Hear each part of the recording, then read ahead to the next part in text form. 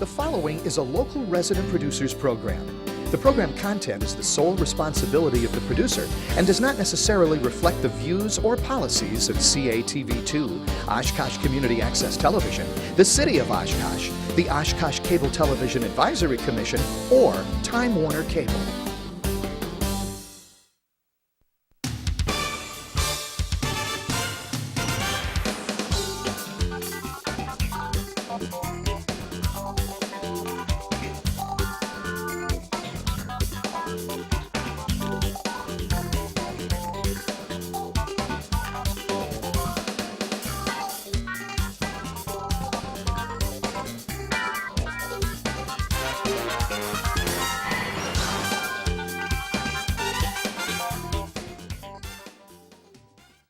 Hi everyone, welcome to Eye on Oshkosh. Cheryl Hentz here along with Dan Rylance, and very pleased to welcome back Acting City Manager John Fitzpatrick. And as most of you already know, we're also joined tonight by the Mayor, Frank Tower.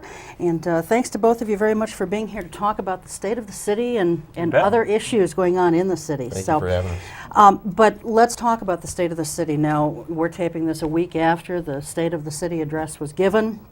I've heard a lot of good things about it. I wasn't able to attend that night. I had some professional commitments, but I've heard a lot of good things about it. Well, good. And I've only been able to see part of it so far. So I'm a little bit behind the learning curve here on this thing, but have heard nice things about it and read good things through the Northwestern, or at least some of the things. But you know, you guys did something different this year. A lot different this year. Yes, and I think that's where a lot of the things are, a lot of the good positive comments are coming from. You know, you had it at the Senior Center, which is, I think, a more relaxed atmosphere than here at City Hall. You had department heads on hand, you know, set up in different stations where people can go and talk to them and ask questions. So it was very interactive for the taxpayers. You recognized citizen volunteers for the first time ever in the history of the city, and you know, just a really nice time was had by all, as they say. Well, thanks. We put a lot of work into it. We really had a lot of thought that we I guess devoted to it, and a lot of those things were by design. We wanted to step, I guess, outside of City Hall a little bit and try to, you know, create the idea that we were coming out and trying to reach out to citizens. That's one of the reasons why we had it in the Senior Center. And we also thought that it would be important for us to try to illustrate that we are approachable. We're people, just like everyone else. I think in one of the articles that I read, I think it was one in the Northwestern, I think Stu Rickman did a good job talking about the idea of us trying to humanize all the individuals that work here for the city. We really are humans, and we really do care about the community, and that was part of the idea behind it. And the other thing, too, which is fantastic, and I kind of pressed John Urban here at Community Media Services for putting it online. When we first approached John and said, well, we want to have it live at the Senior Center Annex, there was the first question of, well, do we have a drop there? Because you need to have that drop from Time Warner Cable. And then it was well, can we use this as the inaugural event to be live broadcast over the internet? And he was able to make it happen along with Tony here in the IT department at City Hall. So I think, John, you even received an email from someone who used to be in Oshkosh and was down in Florida and watched it live. Yeah, that was neat. We got an email from somebody who watched it live in Florida. We had several written letters and calls, so it was nice. It was nice to hear those sorts of things. How many people would you say attended last week's event? I think we had well over 100. Yeah, I think somebody mentioned it was approaching 150, so yeah, I think we had over 100. So it was very nice to get that kind of a turnout. Good. Next year we're hoping to build it, well, maybe have it at the new convention center. Wouldn't that be nice? It would be nice. Maybe in one of the smaller rooms. It would be nice. Well, so for anyone who missed it, or just to kind of recap for those who were there or who watched it, what is the state of the city? Let's talk about the good things first, then we'll get into some of the not so good things. Okay. Well, it started out with a welcome from Mayor Tower. Welcomed everybody to the event and tried to make everybody feel at ease, and then it was my opportunity to talk about some of the things that we had worked on in 2007, and we tried to group those things in a way where we could illustrate the diversity of things that are going on in the city. You know, I know a lot of people like to focus on economic development. That's a very sexy subject, but we wanted to provide an opportunity for individuals to be educated that there really are a lot of things that we are responsible for, and it's important for us to not lose focus of that. So we grouped those things in a variety of different categories, and then after we did that, then we focused on what we thought were the challenges and opportunities coming up in 2008. And we also tried to interweave, I guess, the idea that it's not just us, that we do work with partners here. And it's important for everybody to participate for us to be successful, for the community to be successful. Mm-hmm. So.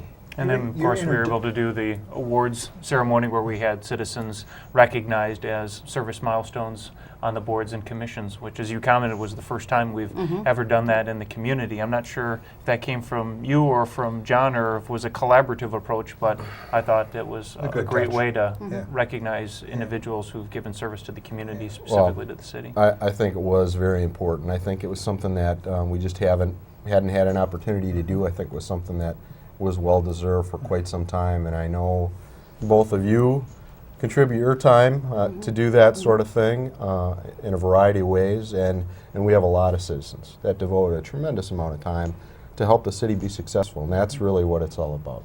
So. Well, yeah, and you know, I think that anyone who has, you know, even just a couple hours a month should consider giving of themselves to the city, because after all, this is our community.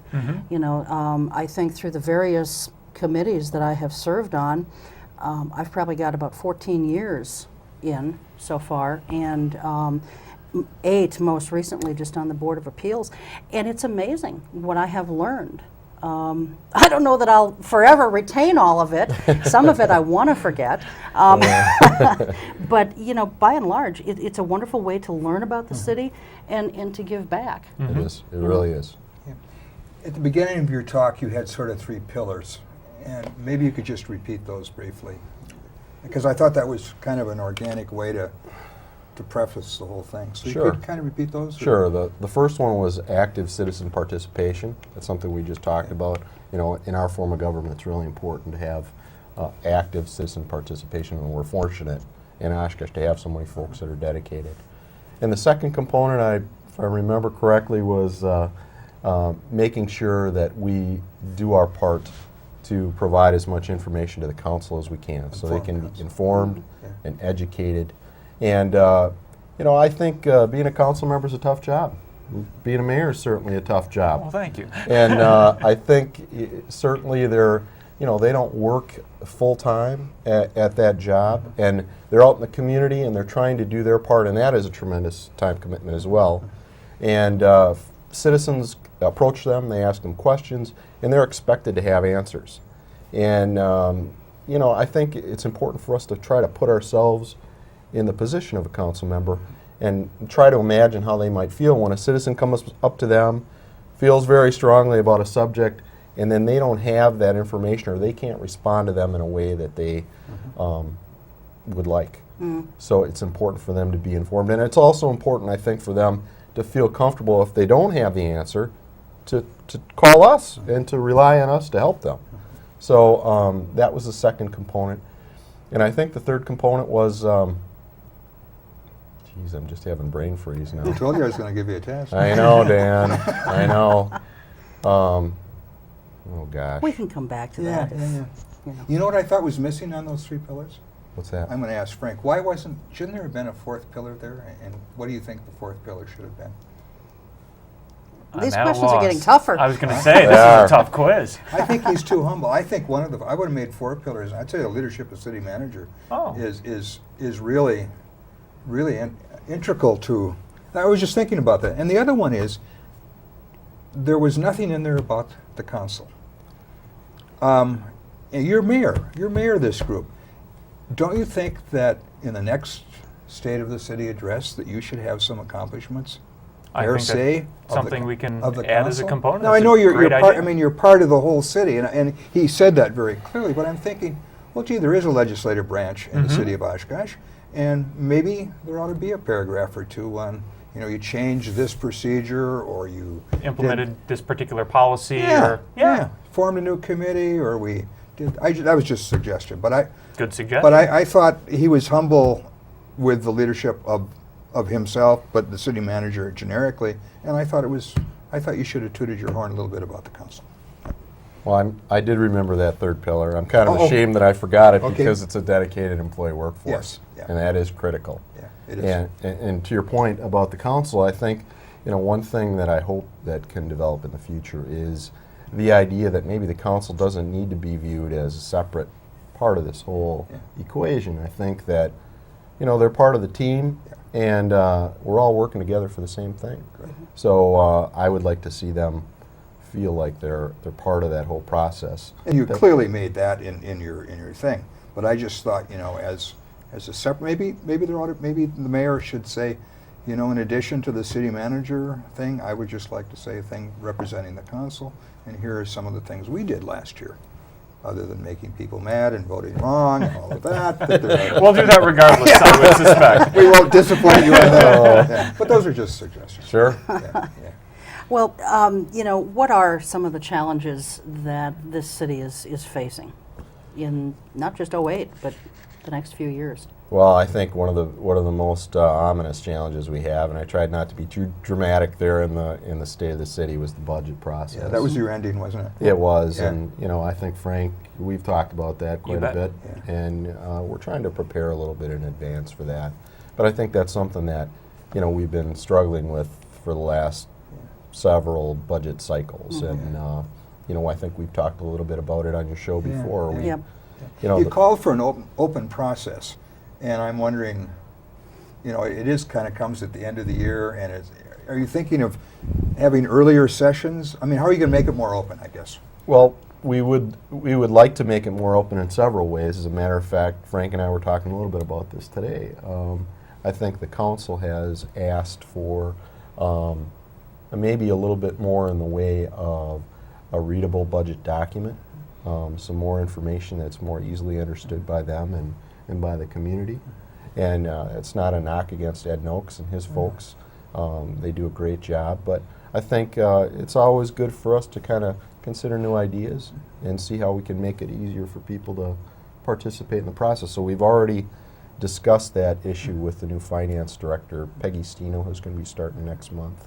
So she's well aware of the High expectations. Yeah. high expectations, suggestions the council has, and I think she's up to the challenge. And I think it's going to be exciting for the staff to work on a variety of these things. So We're talking kind of a narrative in the budget. We talked about that last time. we talked about Yeah. that. I don't want to put too many things out there for Peggy to aspire to, but one of the other ideas I guess we kicked around, Frank, was we changed the calendar format this year, and we maybe softened that a little bit and emphasized the idea of our community and our partnerships in the calendar, so we could talk a little bit more about some of the statistics in the state of the city. But maybe it's time for us to maybe take an additional step and create some sort of an annual report for the city. Certainly businesses do that. I think Councilmember Burke Tower, from a business perspective, has asked for those sorts of audit type reports in the past, and actually we discussed that in the past year, department heads and City Manager Walling. So that's something I think we can consider. And really just as early as we can, working with the new finance director to see different models. We've had a particular way of doing the budgeting as far as what the document looked like, and it's a hefty piece of paper. So looking to other communities, whether they're our form of government or a different one, I think we can take a look at the document and really make it more readable by everyone so they understand what's going on, and even do a better job of saying, what did this particular department accomplish this year? what are the benchmarks? How, did they do well? Did they not do as well? And how are we going to alter that in this next coming budget process? And I think Tony, at the last budget process, had spoke to that a bit as well. So Tony I'm hoping, Palmieri. Tony Palmieri, Okay. yes, current council member. Yeah. And so I'm hopeful that working with the new finance director, we can bring an even better document to the council, but in turn then to the community. Because it is full of numbers as it is now. It And I is. suspect the new one will be as Yeah, well, it but we is, can but provide you can better. give some lightness to it Oh, and some absolutely. explanation. And I think we certainly don't want to sanitize it. We want to No. give all the information out You there, bet. but maybe Right. we can help summarize some of the points to make it a little bit easier. Well, before we talk about some of the other challenges facing the city in you know, the coming year or two, let's talk a little bit about the budget still. You know, we've heard when Dick Wolink was still city manager, you know, he tried, I think, to explain why we don't use a zero-based budget process here, although he claims that he always said that we were, but I don't think that we're using a zero-based budget process in the traditional sense that most of us think of that. Is there some reason why we can't do that? You know, start at zero and say, okay, this is how much it's going to cost for our street repair and our street maintenance, our street plowing, so on and so forth. And then kind of go through each department, make sure that all the core services are taken care of first, and then add in other things that we have money for. Why can't we do that? Well, would you like me to take that, Frank? You started. All right, okay. Well, you know, I'm familiar with zero-based budgeting because I'm, I guess, a product of the 70s, and I know that was very popular in the Carter administration. And it's a good tool. It's a good budgeting tool. I think one of the problems that we have with zero-based budgeting is we have some knowns, and it's going to be difficult to get off of those knowns with some of the things like our collective bargaining agreements, our wages, our benefits are pretty static. And so it may be difficult for us to get to a true, a real true zero-based budgeting model, which I think you're referring to. That's one thing. And in addition to that, when we go forward with our CIP process, that's oftentimes projected out into the future too. So it's difficult to truly get to tear it all down and start from scratch, although I think folks would like to see that. Mm-hmm. How realistic that would be, I don't know, and I think we don't want to be disingenuous either, just to go through the exercise to create the impression that we're doing it. Mm-hmm. So I would agree. I think it's more of an incremental budgeting process. I would agree with you. I mean, the process that we use right I would dissent from Senator Hentz on that. I'm a product of program budgeting, and I think that speaks more to the narrative. I think zero base is not as in vogue as it was. You mentioned the 70s. I think program budgeting is less numbers and more of a narrative. Maybe a mix of the two. I think it helps. Program budgeting, I think, too. I agree that I think it helps people understand where we're at and where we might be going a little bit more. Yeah. But I'm hopeful, too, that finance directors. She may have another one that we haven't mentioned. Has got some other possible. ideas that we can you look guys are at. both old-fashioned. I got a new one. Well, and maybe maybe it will take a variety of options Yeah, and say, hey, here's some ideas, what feels right, and maybe the council members can kind of try on those different options, so to speak, and see what fits, and go from there. So. Well, I think without a doubt, '07 was a tumultuous year in the city of Oshkosh. Lots and of that's change. Probably an understatement. But with all those changes and departures of some folks from City Hall toward the end of the year and a couple in the beginning of the year, there's going to be new blood coming in. And that's not a bad thing. Is it too much all at once, do you guys think? I don't think so. Okay. I think we knew about a number of the retirements that were going to take place. So John had already, when acting as one particular job function, not as the acting city manager, that was accounted for. So we knew we were going to go through that process. Clearly with Richard's retirement, that provided a little additional challenge, but John's been able to step up to the plate and keep things running smoothly, and we've hired the new finance director. I'm understanding that we're in the final stages of the hiring of the new transportation director potentially, and soon we will be going out for soliciting for the new city attorney. So it's just a matter of going through the process and getting the right people. And new blood, I think, is a great thing.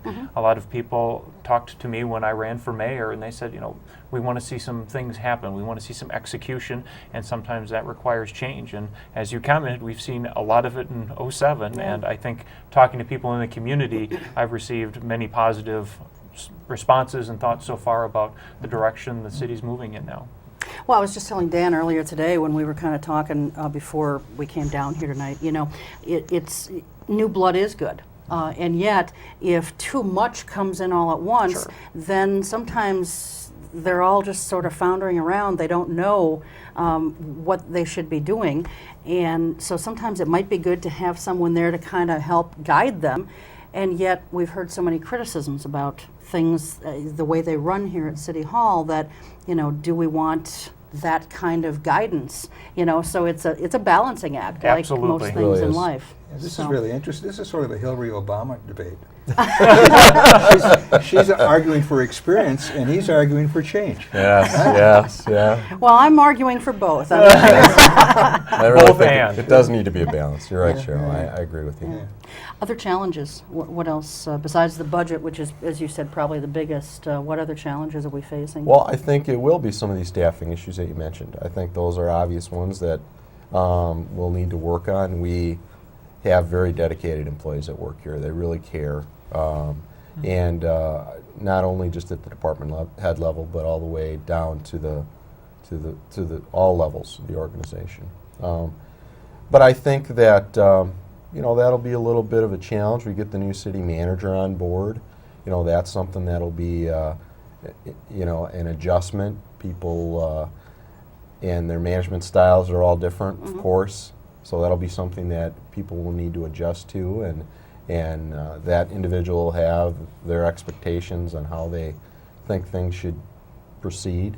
And you know, with the new department heads, you know, I think those changes will be challenging, but I think they'll be good. I think it'll allow us to grow as an organization a little bit, and build on the successes of the folks that all came before us too. So. Okay, good. Couple of questions. You got a smoking ban in the city. You don't mention it. Is public health in this city better because of the smoking ban? Or I know it was a referendum issue, and at least in past the city doesn't want to, but it's not in there. You mentioned smoke detectors that the fire department is going out and auditing, but you know, the highest percentage of fires in this country in homes are because of smoking. So I just it's not there. Not a criticism, just an observation. But you know, I'd like to know whether smoking ban has If it's been effective. has reduced secondary smoke and has contributed to a better health in the city. That was one thing that I thought was missing. Okay. Your address bleeds for a deferred maintenance fund. I mean, you've got building after building or addition after addition. I know that was big with Councilmember Jess King during the budget session. That, Yes. you know, Yeah, where is Mark. the deferred? You know, you need one, I think, because agree. you've got all of these things, and they're going to repeat, and they're going to repeat. And the school Absolutely. system is going through this. God, if they would have only have had a deferred maintenance fund for all of the, now we're faced with maybe a $40 million referendum to make up for this. So I seem to be, you don't say it, but you really are saying it, because you have all of these building things that you need to deal with. Absolutely. No, I agree. I think it's something that, you know, the city of Oshkosh has maybe struggled with for a Yeah. long time, and maybe it's a product of expenditure restraint and the levy limits. We were pretty frugal for a long, long time, but, you know, I agree. I think, you know, some monies have to be set aside. Otherwise, you can't just run stuff until it breaks and then try to come up with the money. That's not very good planning. So I think it's something the council members are aware of. We introduced it a little bit at the budget cycle, this last budget cycle at the budget hearings. And it's something I think that's going to require us to maybe make some adjustments, you know, not only financially, but maybe organizationally. Maybe we need to look at managing facilities from a centralized perspective so we can budget a little more efficiently. But that's something that will require a little organizational adjustment too. And money.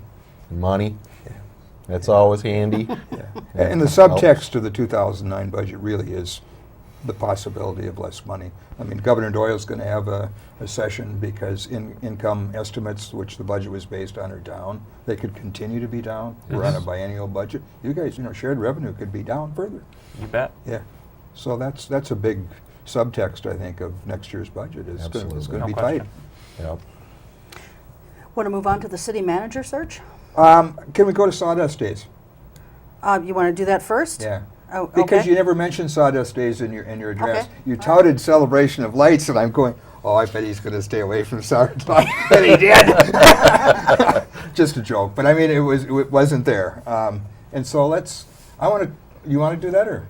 Well, I mean, want to raise the issue about can. the process. Sure. You know, this is one of those things where you guys in public service are taking a lot of hits over Sawdust Days. Sure. There have been complaints leveled about the celebration, if you will, that has been going on down in Menominee Park for a number of years. But there are some in the city who think that it's getting out of hand with litter and noise and public disorderly conduct and that kind of thing. Parking, it has gotten much bigger than what it ever was, and I guess that comes with the territory. But, these complaints we keep hearing, especially from a couple of people in particular, and this year the city council approved the use of Menominee Park for this year's Sawdust Days event before the citizens got a chance to speak about what their concerns were publicly. And it was probably, a month after you approved it, or thereabouts, that they were able to talk in front of the Parks Board, which is advisory only. And I think that there's some criticism about that that's fair and justified, in that it was kind of done backwards. And why did that happen the way it did? Well, when I originally became mayor, I had received a couple of concerned citizens about Sawdust Days.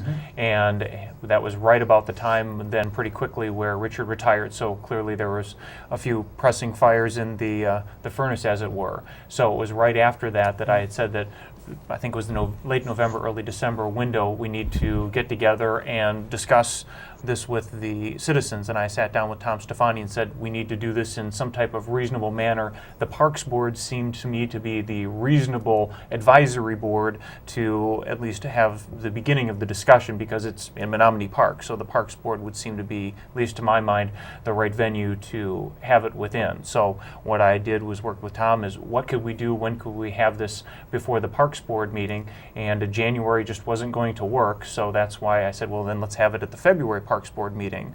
The challenge was with the timing with what the Sawdust Days folks needed as far as getting contracts signed and other things. It wasn't going to time out that we could do one before the other. But in my mind, and lay the blame right at my feet, I suppose, I did not foresee us not having Sawdust Days at that location this year. What I wanted to do was figure out a way for the residents as well as city staff, specifically the Oshkosh Police Department, and then the event organizers to get together so that we could figure out what were the challenges and what can we execute on making those challenges fixed, or at least we understand what they are. So from that standpoint, we were able to get everyone together, and I think we had some great dialogue. And one of the, I think, real positives that came out of the entire 2007 with Chief Groyle coming to be our new chief was the community policing model. And I think that model can help us deal with a lot of the issues that we're seeing at Sawdust Days, and it really heightened the amount that we needed to invest in making sure services are maintained throughout the streets there, so we can get the ambulances through, the fire trucks, etc., as well as deal with some of the nuisance things like seeing trash on people's lawn. I did not realize, and I'm the mayor, about some of the things that some of our staff does as far as policing some of the garbage and refuse that happens around. And I think there was another gentleman there that evening who said, well, we get a bunch of stuff in our area, and the response with staff was, we didn't realize that. Great, thanks for telling us. We're going to make sure we clean up that area now in addition to some of the other areas outside the park. So it was, in my mind, never a situation where we weren't going to have Sawdust Days in Menominee Park this year, but I still wanted to make sure there was dialogue that took place. One of the great things that came out of that evening, though, was apparently it had been policy in the past where anything that would be used for a park facility, Sawdust Days, other things, it would come to the Parks Board first for approval and then be forwarded on to the City Council. And at some point along the process, that was discontinued. Not sure why. I think John or others are still seeing what was the exact rationale. And I know as part of Chief Groyle's thoughts for a policy for how we deal with special events, because I think outside of Milwaukee, we probably have the most special events of any city in the state of Wisconsin. So Yes. I think we need that policy so that we level the playing field. But part of that was, can we get things like Sawdust Days before an advisory board prior to coming to the council? Exactly. And it may be a situation where the council's still going to approve, but at least we've provided a positive location for citizens that have concerns, problems, to have them aired out so that we can get a handle on them and make sure we solve them. So even if we don't have that policy, the special events policy happen, say in the next 12 or 24 months, I'm not sure where Scott is at developing that, perhaps we can take some baby steps, and that's one of the ones that I'm hopeful that we can make, where events like that come to the Parks Board first, and it may be just yep, everything looks great, and forward onto the City Council, but if we have challenges, then we've got a place that's structured where people know, hey, this is where I can go to let people know I've got some problems. Yeah, because even the Parks Board members, you know, We're some of them upset. said,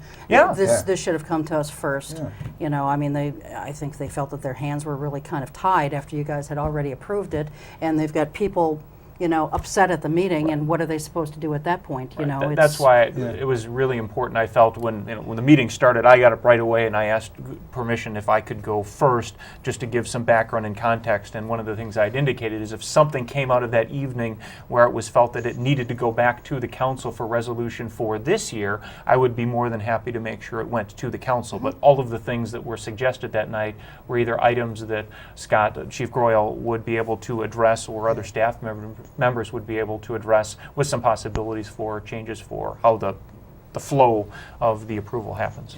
Just out of curiosity, Frank, why did the January meeting of the Parks Board, why would that not have worked? I think there were things already scheduled, so what I was worried about is it was, I think, middle to late December where we were talking about having it, and I was concerned that if we did it right in January is not only what's on the agenda, but we wouldn't have enough time for people to know that we were having a meeting, so I didn't want to schedule it and then there'd be 2 weeks to let people know it was happening, and then no one had come. I wanted to make sure people had tons and tons of time so that they would be Could have called a special meeting. We've done that on the Board of Appeals in the past. We've had special meetings called if there's been too many agenda items.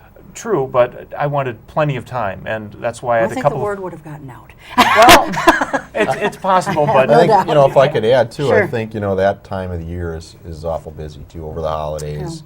Maybe we may not have had as much input because of that. So I think the intent was not to not have citizen input. I think, as Frank said, the intent was, in his mind, that Sawdust Days was going to go forward, but that we needed to also hear what the concerns were and address those, and we certainly could address those, after we heard them. Well, and I'm glad to hear that next year the process will be flip-flopped around. Do you envision a time when maybe because of its growth it will have outgrown Menominee Park and Sawdust Days will have to move somewhere else?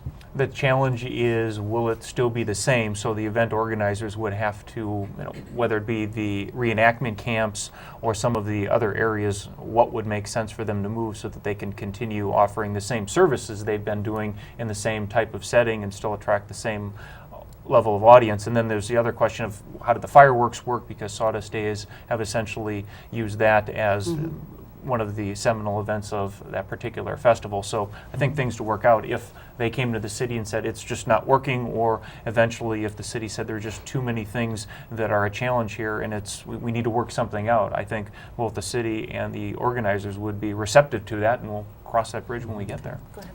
I think the problem was that the requests for Sawdust Days came in the manager's report. Like normally things do like that.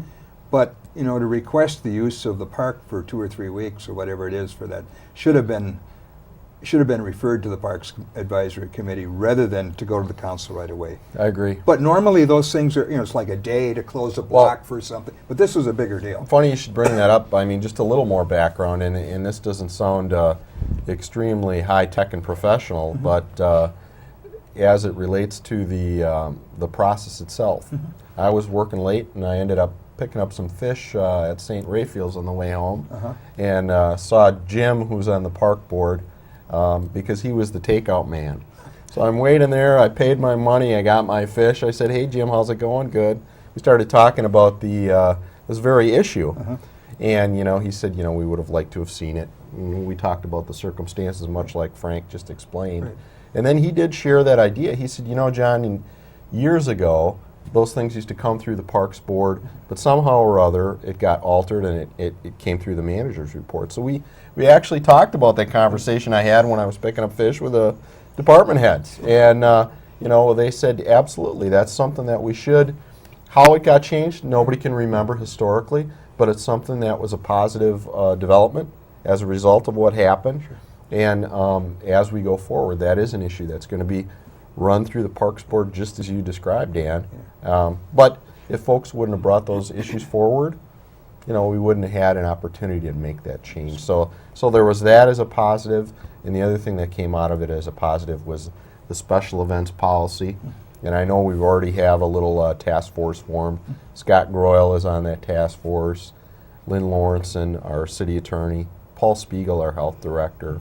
I'm trying to think of who else we have on that right now, just initially to try to get things framed up, and then we'll try to decide where we can take it from there. But we thought it's not only the events themselves, the security. Tim Franz, fire chief, is on it, but also there's the food, there's the vending, and that's where Paul Spiegel comes in because his folks, as you know, monitor those sorts of activities for outdoor events. So, I think it's always difficult when you have these circumstances, but I think some good will come out of it. Yeah. So that's the main thing. I think that's a good explanation. Yeah. All right, city manager search. You ready? Go for it. All I right. can see this thing right here. Well, actually, I'm going to let you kind of start this out because you were, again, I was unable to get to these 2 nights of I marked you absent. Yeah, okay. Excused also. Excused, not just absent. This past week, we're taping this on the 6th of March. Earlier this week, on Monday and Tuesday, there were 2 nights set aside for citizens to come down and talk about, provide input as to what they wanted to see in a city manager and so forth.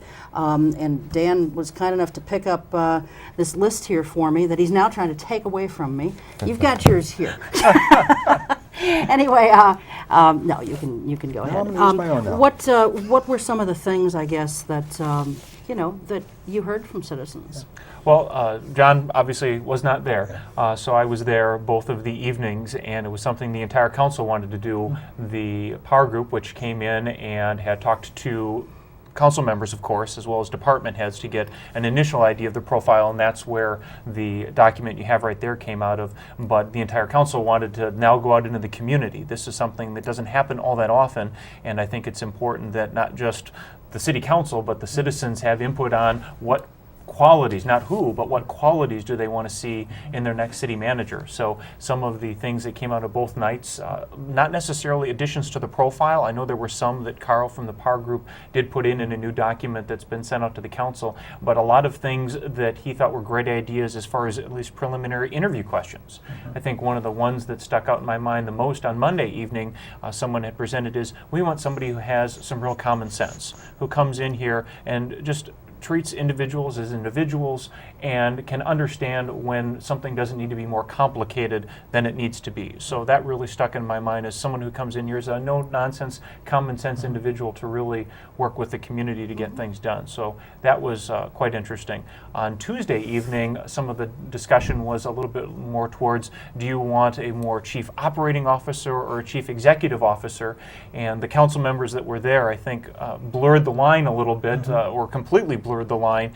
And all of us, really commented on the fact that you need to do both as the city manager. There's the term often used is cheerleader, and I think people get that in their head and think someone's going to be out there just promoting and pushing and being a real political individual, when some of the things, when we consider, at least from my perspective as a council member, that we talked about cheerleading is advocating for a project, getting buy-in from the public, from the council, really justifying why this particular public works project, whether it's development, a road, expansion of an industrial park, why is it a sound, wise investment for the community? So be a strong advocate and strong leader for that, because he or she feels that that's the right direction for the city to go. Of course, the council could say no, and then we adjust from there, but I think that was one of the interesting things that came out of Tuesday. But really great feedback. We didn't have a ton of people either night. I think we had 8 on Monday evening, maybe about the same on Tuesday evening. Would have liked to have seen more folks, but we are leaving it open via people calling city council members, and we can forward the information on, or talking directly to Sue Brinkman, who is the department head, who is coordinating with the PAR group for the process to provide additional input. It's not going to be a final profile until I think March 20th, when we have to finalize everything and put out the job offer. And so as citizens want to provide input, absolutely get it to us. Again, this is an openness process.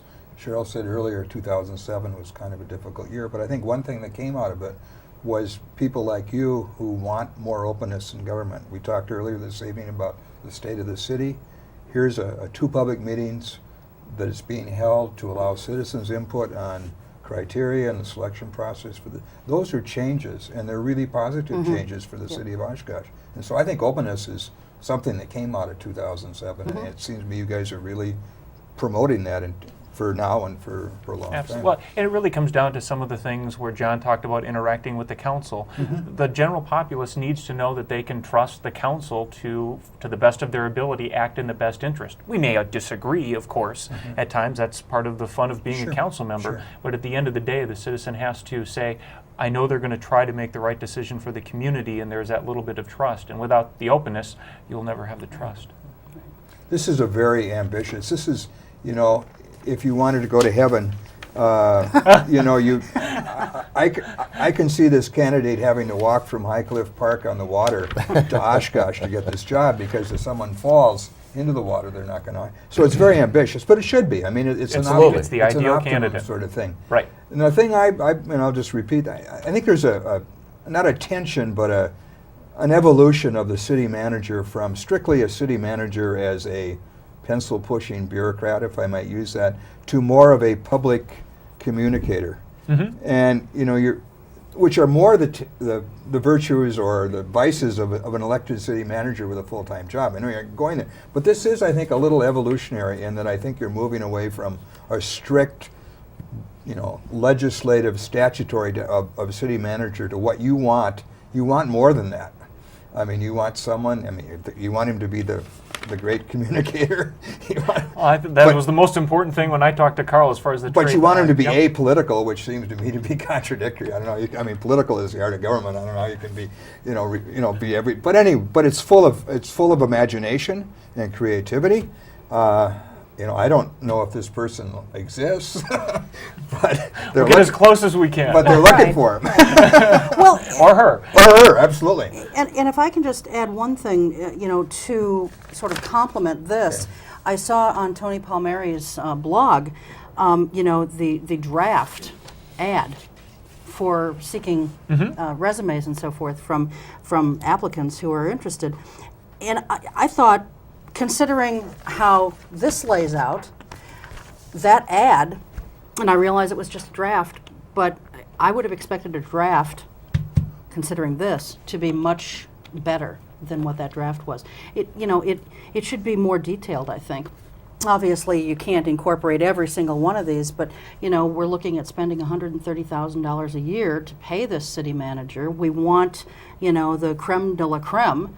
And so maybe we have to run, a 3 or 4 inch or 6 inch block ad, seeking good applicants. I don't think that Well, and the other thing to remember as part of the reason why we hired the Power Group is it's not just about individuals who see the ad and respond. There's an entire network that the Power Group has with various individuals where Carl is literally going to be sending out, I think it was over 100 invitation letters essentially saying we think for whatever reason you should apply to this position, as well as making phone calls. So it's not going to be just the ad. Of course, we want to make the ad as attractive as we can, but at the same time... Yeah, because I wasn't wowed by that draft ad that I saw. So. We'll forward that on to Carl. Thank you for the feedback.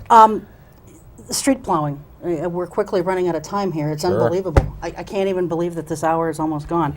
But street plowing, one of the things that I have heard from people and I've observed is the street plowing does not this year seem to be up to the usual standards that it has been in years past. And I know this has been a tough year, tougher Yep. than anything we've seen in recent years. But, you know, streets don't seem to be plowed as quickly. And then one of the things that I still noticed, even as of today, you drive down major arterials, Witzel, Murdoch being just two of them that I was on today, and you still have snow that when they plowed has kind of been left along the side of the road. So you have, your innermost lanes are completely clear, and then on each side you've got kind of like a half lane. And yet these streets are supposed to accommodate 2 lanes of traffic in both directions. That's a safety issue, and I'm just wondering what happened to the plowing this year, and especially these major arterials where it's not really cleaned up too well. Well, I can respond a little bit about that. As you mentioned, we've gotten a lot of snow this year, and that's one facet of the snow removal process. And it's not just removing the snow; it's dealing with all the other weather conditions associated with the snow. So we remove the snow. The plowing part, that's one part of it. Another part of it is more traditional snow removal, where we'll step the snow, where they kind of push the snow off, and they create kind of a tiered effect. And that's done so the banks don't get so high and create visibility issues. Or we have to push the snow with such force that it forces it up on people's sidewalks, and that creates other issues. So that's another stage of that process. And right now I think we're in the third stage of that process, where we are experiencing some of the melt associated with the snow. And maybe that, I'm getting, I think, a little bit closer to that question that you have. And I don't know if I'm hitting on it precisely, but I know in my neighborhood, because of the extreme banks, there is some snow melt that occurs. So that melt occurs, it kind of seeps into the sides of the road, and then when we have extreme temperature drops, it freezes. So we got kind of the bank effect, and then we got that little lip that I think you're talking about that is on the edge. And that's kind of a consequence, I think, of some of the melt. And then we get into this final stage of the snow removal plowing process, and that's where the sun's a little higher in the sky, we're getting a little bit of melt on a gradual basis, and then what we need to do is open up those storm inlets. And we're having our crews do that, as well as still removing some of the snow from some of the cul-de-sacs and the dead ends, which we have over 160 in the city. But the major issue right now is going to be when we have these melts, when we have the rain, kind of the slush, ice storm like we had last week, to try to get out there, open up those storm inlets, get that slush out of the way so this drainage can take place. Because if it doesn't, then we're going to have that phenomenon that you talked about. And in addition to that, when the temperature drops, then the puddles will turn to ice. And we're running out of salt, as you may have already heard too. Yeah, I think, I talked a little bit to Steve Godey and Dave about that. Dave Patek, our Director of Public Works, tonight. Those guys were working late, and they're keeping their fingers crossed. We've talked to the county because we're getting very low. If we need to ask them for their assistance, I think they've indicated that they'd be willing to work with us. But I don't know if that answers your question, Cheryl, but it is kind of a metamorphosis, the whole seasonal effect of snow. And I think and I appreciate you asking the question because it gives us an opportunity to throw some of those things out there. People don't understand, all the different parts of the process. They're wondering, why are these guys out there with great big dump trucks picking up snow and hauling it someplace else? What's that all about? There are all these different components to it, and also with the salt, if I could Sure, go right continue. ahead. Yeah, go ahead. Because we're getting a little low on the salt, we're mixing some of those with stone chips. I don't know if you've seen that at some of the intersections that we have. Dave Poddick, he hates that. He doesn't like to do that at all. I don't think he'd mind me mentioning that on television, because then it creates other issues. And I know we talked a little bit about potholes before we even started the... Yeah, that was... I'm coming up. Okay, well, this is a good segue for you then, Yep, Dan, because then that's the next phase of this whole thing, and it's kind of like a cycle, Yeah. you know. And I think it's good for citizens to know, hey, why are they doing this, and why are they not doing it, and what's going to happen if they do these sorts of things. So I'm going to share a Canadian North Dakota solution to snow, and we probably won't have a lot of snow again for the next 10 years. So this is probably, because we haven't had much lately. we haven't had one of these storms for quite Yeah. some time. So. But you can't, in my neighborhood, do anything with the streets when the cars are on the street all the time. So the Canadian North Dakota solution is you have 3 days where they can park on one side of the street during the winter, and then the other 3 days they have to park on the other side. And it gives your snow crews the opportunity, because in my neighborhood, it's like one lane, because there are so many Yeah. rentals and stuff that these people are park out, except for those 3 hours, and they may even be out for that. The snowplows can't plow my street because there's too many cars on it. Exactly. Yeah. It's a difficult process, too, Yeah. for the folks that are out there trying to do their can't jobs. do it. And people got cars out there, and Yep. they don't move them, and then they're plowing them in, and Yeah. then they get upset. But, I mean, we talked about the idea of snow emergencies. Mm-hmm. And years ago, it's my understanding that some of the people that have been here longer than me have told me that the City of Oshkosh declared a snow emergency at one point, but it wasn't as successful as they had hoped. You got to have the manpower to tow those vehicles out and do Absolutely. all that stuff. You're going to declare a snow emergency, you better be able to back it up. You bet. And otherwise, it just creates other frustrating I hear ya. circumstances. So we voluntarily ask people to help with that, but that's something that we may need to consider in the future. Yeah. But I mean, that's not a lot for them. Okay, I think we have a spring crisis in the city of Oshkosh, and seriously, I think the spring crisis is potholes. This winter, not only the issue about snow removal, it's just exacerbated so many bad streets that are just incredibly full of potholes. And the coal mix, I used to work on road construction for 8 summers. It's a Band-Aid that lasts a couple of weeks. You got to do it because you got to fill the holes. Sure. But it's more serious than that. And I'm going to be funny, and I'm going to offer 2 proposals to you. One is that every property owner will get a $1 reduction on his 2008 property tax for every pothole that he can photograph in his. I'm up to about 20, and I'm serious.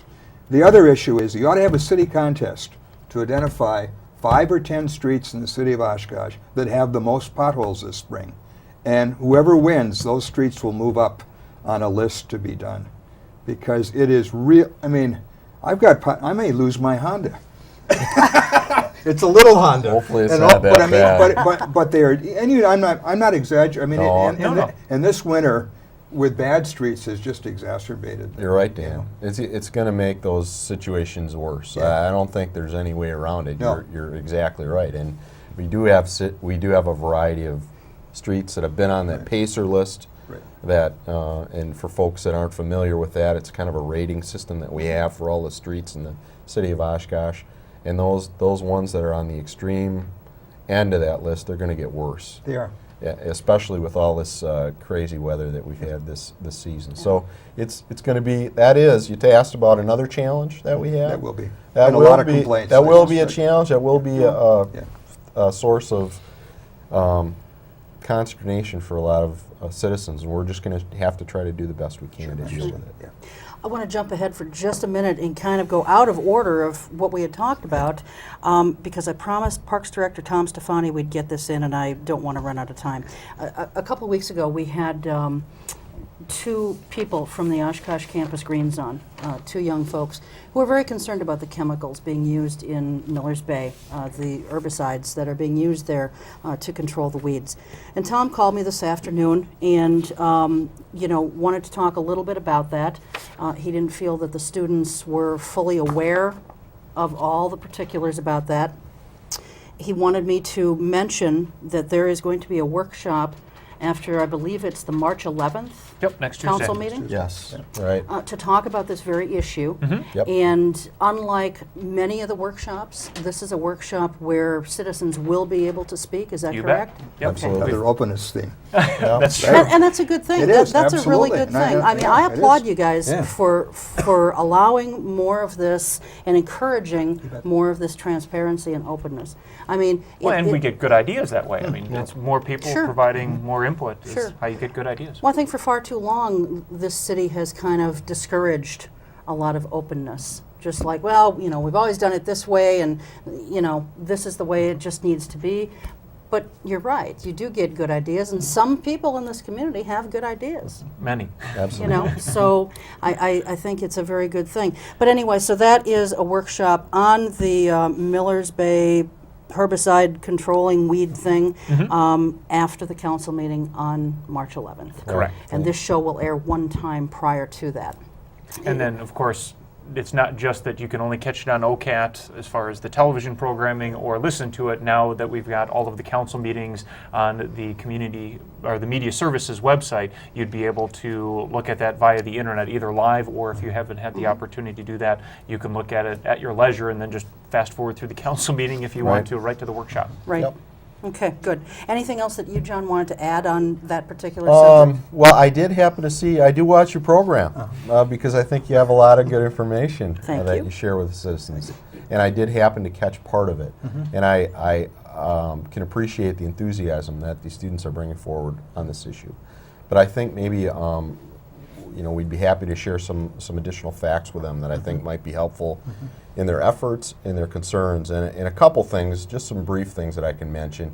I know they were concerned about the idea that we were dumping all kinds of chemicals in Millers Bay and we have an intake right there, and you know, suggesting that they have concerns about our drinking water system. And I want to assure citizens that our drinking water system is safe. Our water intake that we have for the drinking water for the city of Oshkosh, it goes out a half a mile out into Lake Winnebago. It's not like we have a little garden hose right there and we're dumping chemicals right into it and they're getting sucked into our water supply. So, but I don't want to make light of their concerns because I think they're very serious, and I think that that's important for people to bring those concerns forward to us. And we would appreciate it if they would come and talk to us, and we're happy to answer any questions that they have. And in addition to that, you know, it is a lake, but there is a current system there, and there is an upstream and downstream, and our intake is upstream of that area in locale where we would do the where we're working with some of the vegetation there. So, I mean, those are two, I think, very important points. You know, finally, I guess I would say that, you know, we work very closely with the DNR. When we went forward, we had to get a permit before we could go forward with any of this. They were on site when and evaluated that situation. They're very concerned. They're also the people that regulate our drinking water. The DNR works with us very closely. So I can appreciate their concerns. I appreciate their enthusiasm, but I think it's important to know, you know, these additional facts. Sure. And I encourage them to talk to us and to come to the session. And I thank think you they'll for be there. bringing that out Sure. for us to talk about. Sure. Well, and I had suggested to Tom Stefani also during my conversation with him earlier today, you know, things work best when we all work together.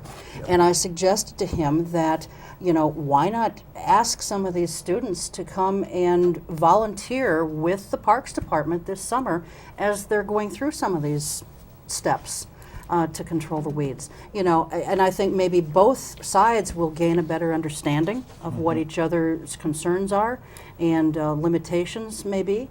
You know, and again, it's more of that open communication, and maybe both sides can learn from each other. So, anyway, I can't believe that this time is gone. We didn't get to cover half the stuff that we've got on the list, but we'll have you guys back real soon so that we can talk about some Sounds of these things. great. But thanks so much for your Thanks to time both of you tonight. for your We time. appreciate Thank you for it. having you. us. Yeah. And that's going to do it for us. We'll see you next time. Until then, take good care. Keep your eye on us. We've got our eye on Oshkosh.